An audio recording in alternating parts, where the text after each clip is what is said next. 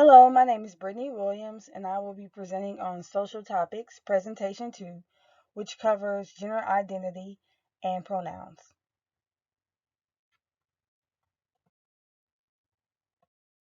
According to Leslie Slavin and Virginia Slaughter, gender identity formation refers to the complex processes through which young children come to incorporate their sex and gender into their behavior, attitudes, and self understanding.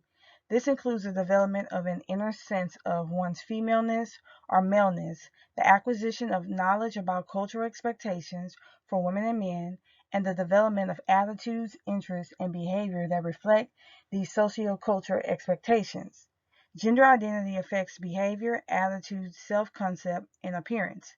It shapes our thought patterns, personalities, values, actions, how we see ourselves, and how others see us as well.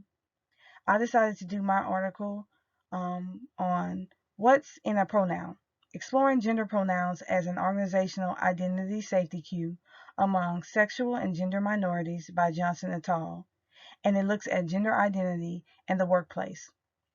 LGBTQ communities have been known to face challenging and hostile work environments, and they don't feel supported. Organizations that support LGBTQ plus communities show better job satisfaction, a sense of acceptance and belonging, and commitment to the organization. I know it's very important for me as a heterosexual black female to work where I feel comfortable to be me and all that entails. So now we'll take a look at gender pronouns. Gender pronouns are people's personal pronouns. Examples would be he, him, his, she, her, hers, they, them, theirs. I had never heard of they, them, their until I started working on this presentation. Those are gender neutral pronouns for people who identify as non binary. Gender non binary is outside the scope of the traditional male and female identities. The pronouns that a person uses may or may not match their actions or their outside appearance.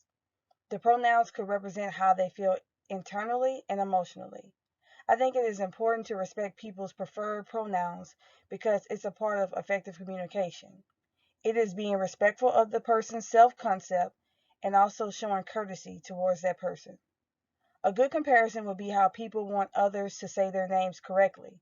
It is important and shows a sign of respect. The same goes for using the correct pronouns. It also shows you accept the person for who they are. Everyone is entitled to respect and compassion. If I prefer to go by a nickname and someone calls me something different, I would not feel accepted. Everyone wants that sense of belonging and feeling understood.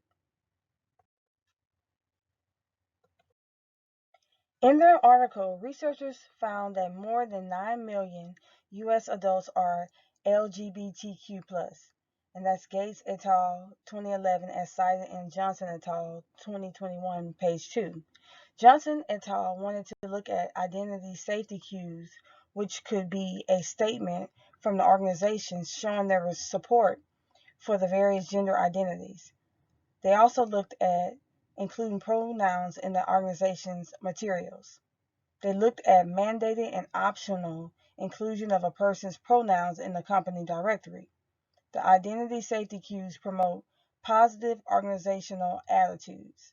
The researchers wanted to see whether putting employees' gender pronouns in an employee biography was a good identity safety cue and would it encourage positive organizational attitudes. This was their hypothesis that gender pronouns would serve as an identity safety cue and also encourage more positive organizational attitudes relative to participants in the pronouns absent condition.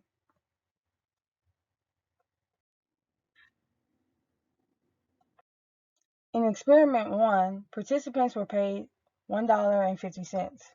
The sample size was 143 participants. There was a two-condition design with pronouns present versus pronouns absent.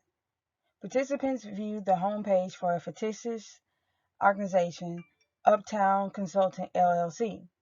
They were randomly assigned to view an employee's biography, which showed a picture of Amber, a white female in professional attire, and bio with the gender pronouns she, her, hers. There was also a pronouns absent condition. Then they watched an interview with Amber and answered questions about the company's organizational attraction, organizational commitment, and organizational trust. In experience in experiment 2, they recruited transgender and gender nonconforming people. They were paid $9.60 per hour. The sample size was 124 participants. It was a two-condition design with pronouns present versus pronouns absent. The participants also completed a 5-item measure of procedural fairness looking at the extent to which participants perceived Uptown Consulting as fair for sexual and gender minorities. In experiment 3, they looked at whether the employee's pronouns were in the company's biography or offered as an option to employees. Participants also answered questions on whether the employees or managers were allies to the LGBTQ plus community. The sample size was 167 transgender and nonconforming people.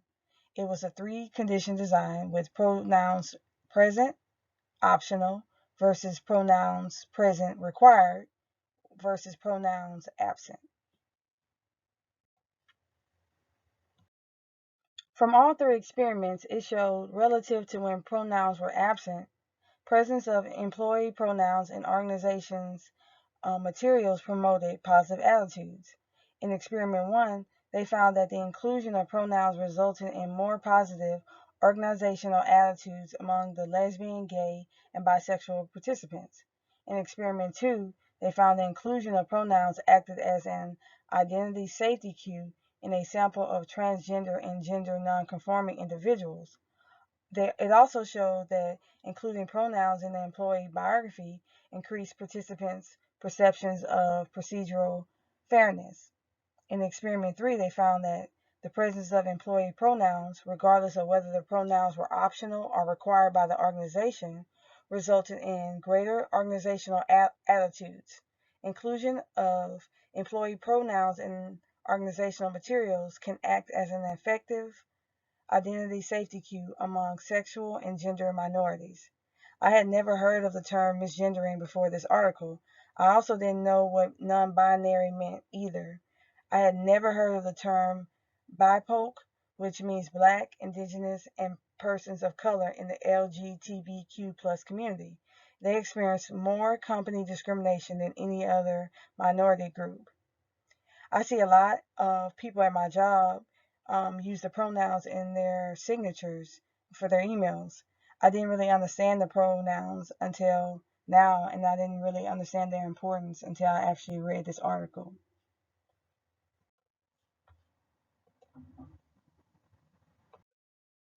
That concludes my presentation, and I hope you enjoyed. Thank you.